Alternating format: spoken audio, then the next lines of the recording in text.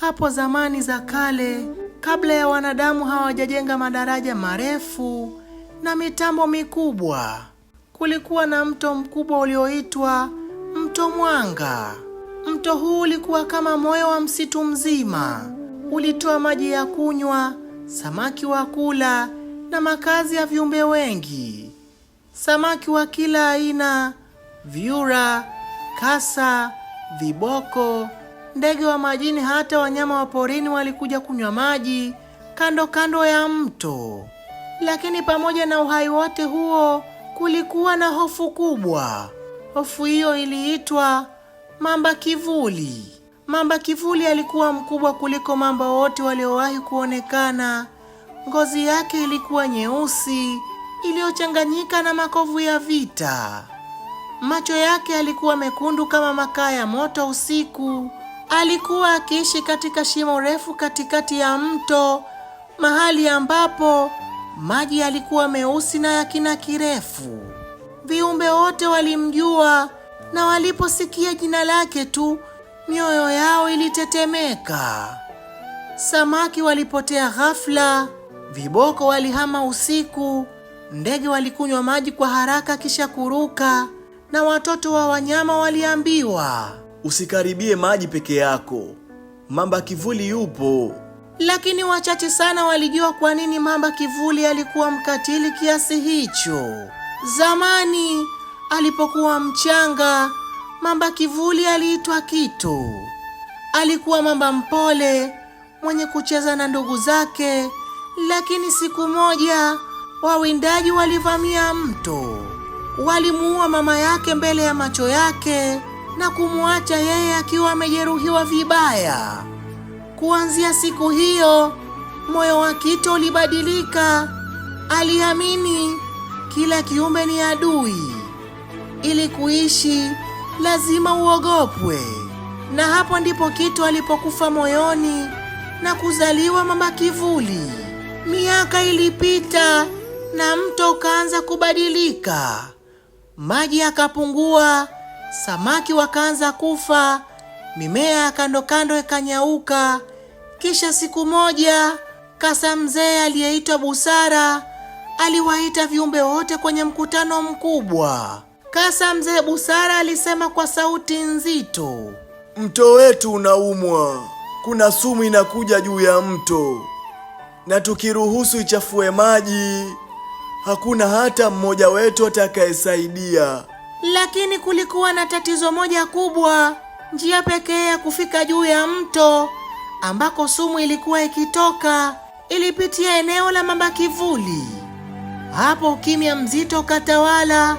Ndipo kiumbe mdogo sana ambaye ni chura mdogo aliyeitwa Tone alisimama na akasema, najua mamba kivuli ni mkali, lakini labda hajawahi kuambiwa ukweli. Labda bado ana moyo.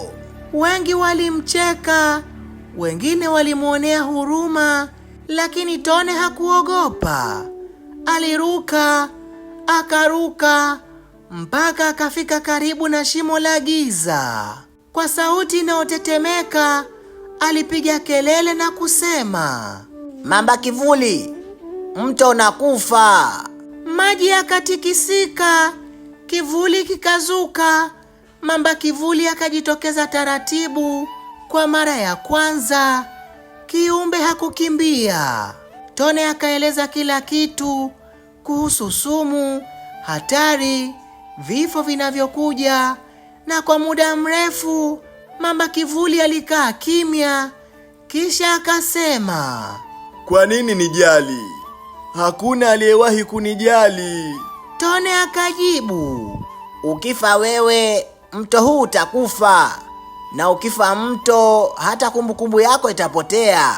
Maneno hayo yalimgonga mamba kivuli moyoni kama radi.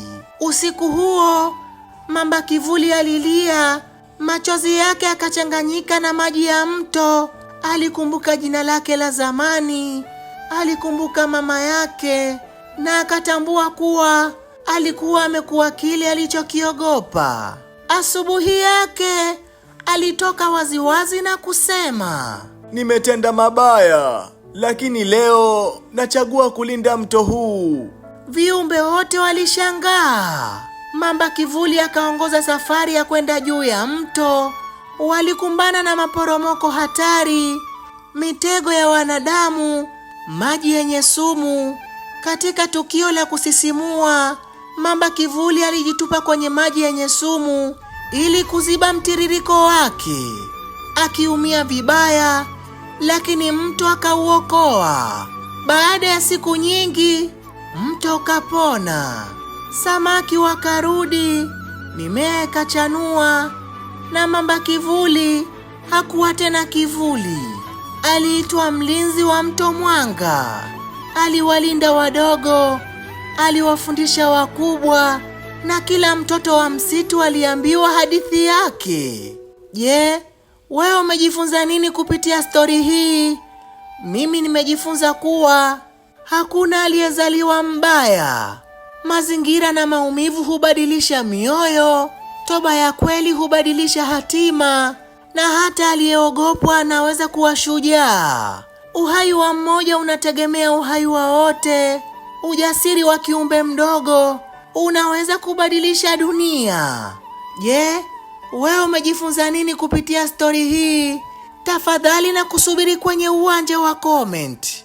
Mwisho wa simulizi hii ni mwanzo simulizi nyingine ijayo. Nikukumbushe usisahau kusubscribe, kisha kubonyeza alama kengele iliyopo karibu yako, kujiwekea nafasi ya kupata stori zaidi ndani ya masaa 24. Until next time, bye bye.